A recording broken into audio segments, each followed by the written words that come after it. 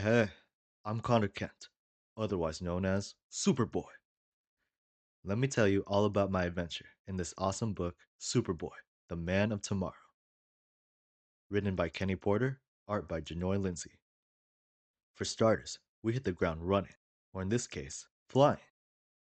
Anybody drop their car?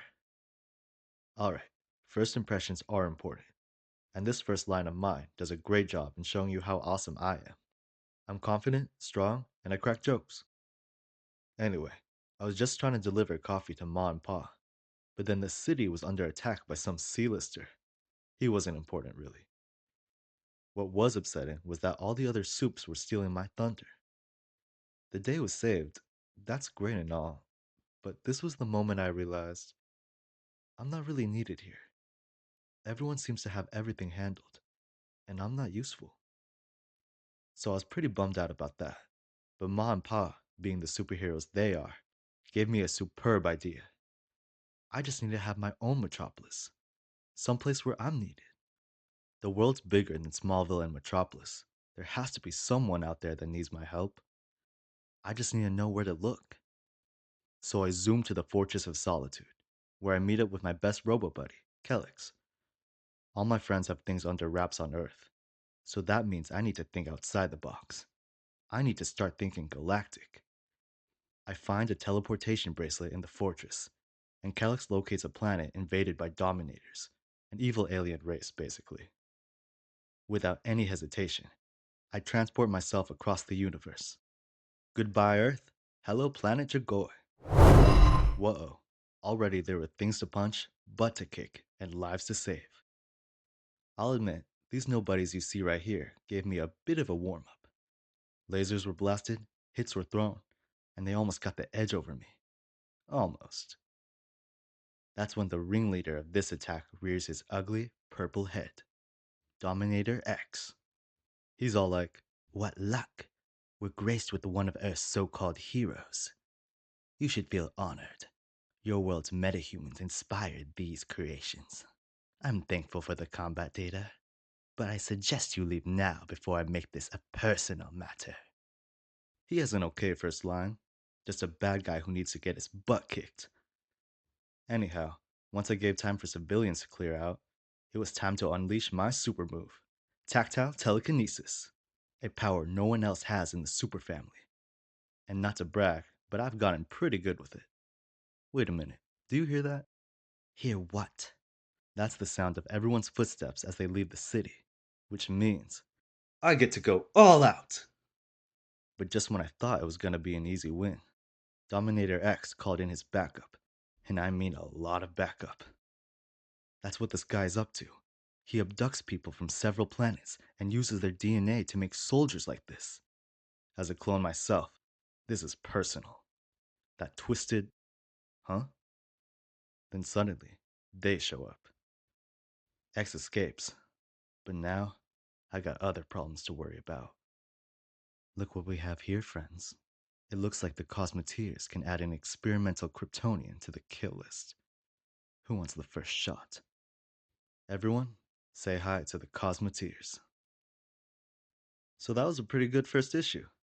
It establishes who I am, where I'm at, and what the story's gonna be about. We wasted no time going into the action, and I love it. So I'm not gonna waste time here. They don't look as cool as me, but I'll admit, they got their own flair going on. Especially this guy, Trav, a technopath. And from his first line, you can see what he's all about. He's the stone cold leader with a deadly arm cannon and an even worse attitude, along with his partners Pyrrha, a size changer, and Rotorza, a speedster.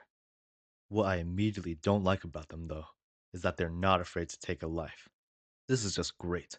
I'm off world for less than an hour, and I'm already public enemy number one. I came out here to help people, not to get in a turf war with wannabe space heroes. But if this was gonna be easy, I'd get bored. My tactile telekinesis shatters like an old Coke bottle. Whatever this cyborg ripoff is packing, it's strong enough to give Hank Henshaw a run for his money. Foreshadowing. They thought I was with Dominator X, so he duked it out a bit. I would have shown them up, but then this giant thing appears. We fight it for a little bit. Trav shoots it down, but it almost lands on some bystanders. I had to stop it from crushing them.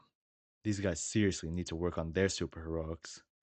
The Cosmoteers and I were able to subdue it, but in the chaos, Trav here gets a nasty inhibitor collar on me. That jerk! Later, when I wake up, it turns out they brought me inside of the Ripper, their spaceship. My powers are down, and my teleportation bracelet is offline. Luckily, they figured out I wasn't a threat, and I got to learn more about them. See, they're cloned experiments just like I am. Dominator X created them for conquest, but once they had enough of that senseless violence, they rebelled against him and became the Cosmoteers, a family who swore to free all experiments like themselves and take down their creator once and for all. While I completely understand and respect them for all that, I cannot get behind their actions. You don't need to take another life to accomplish your goals. Heroes do not.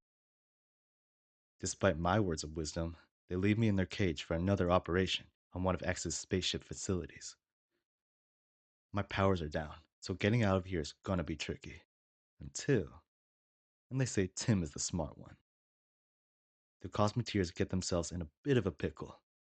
But luckily, Superboy is here to save the day, and I show them you can defeat your enemies without crossing that line. I'm only gonna say this once. You all want to live through this?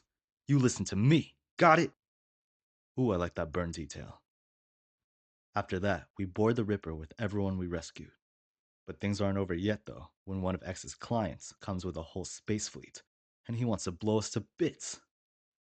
We were outnumbered, outgunned, and the Ripper's shields are failing. But don't forget, we have me.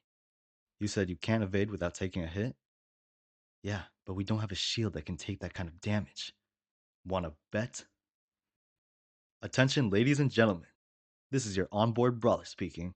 Who's ready to punch their way through a space fleet? Wow, so that was the first two issues of my book. They were pretty good, if I do say so myself. The pacing was quick and action packed. The characters were eye catching and inspiring. What's not to love?